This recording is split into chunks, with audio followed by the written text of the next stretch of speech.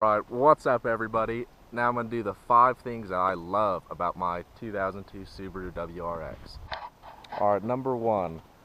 I really do enjoy the car as a whole, like the uniqueness of the bug eye front end tied along with just the simple characteristics of how it handles on the road. The way that exhaust note is when driving, it just always makes you smile. It's just so nice.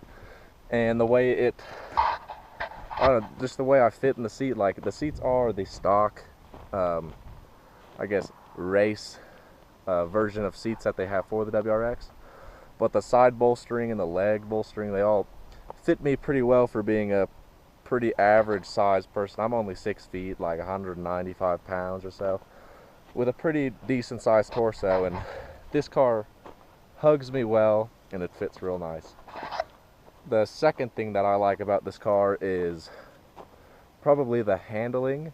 So the suspension that is on it is, I would say it's a nameless coilover setup, but it does have front and rear sway bars along with end links to improve cornering and stability, and it has very limited body roll for what is on the car. So I have a lot of confidence going through corners and driving it, which makes the car so much more fun to drive. Alright, now the third thing that I like about this car would be the window tint. It is 15% tint on the front, rear, and the rear glass, which does give you a good sense of privacy.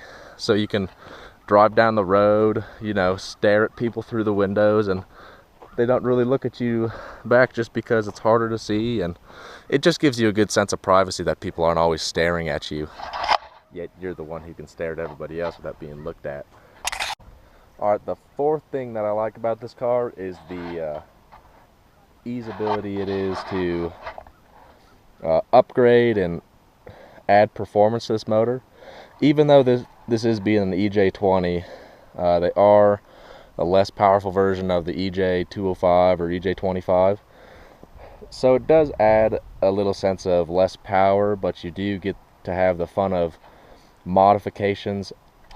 Now the fifth thing that I do enjoy about this car will be the reliability aspect of it. Even though at first when I got the car I was unaware that it did consume and burn oil. But now that I know it burns oil, it consumes it. Like some parts of the car, like, they're not good, but now that I'm aware of those little minuscule details, it's easy for me to fix it or add oil or change oil more meticulously.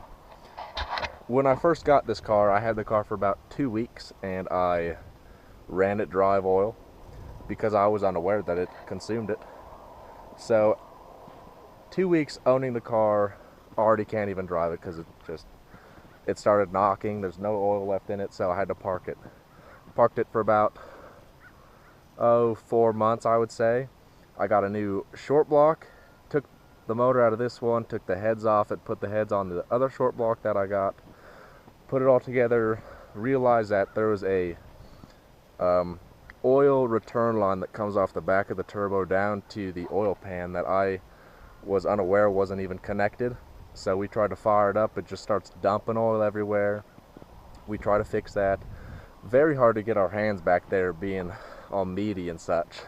So we take it to a Subaru dealership. After further inspection at that dealership, they tell us that we need a whole new motor because this motor is cracked. So what happened was the people that delivered the motor to our apartment at the time were very reckless with it and didn't have as much care in the world, you could say. Dropped it, cracked it, had to get a new motor. So now got a whole long block, like a JDM long block, put that in, had to change the cam sensor and then change the cam belt. That's a nightmare.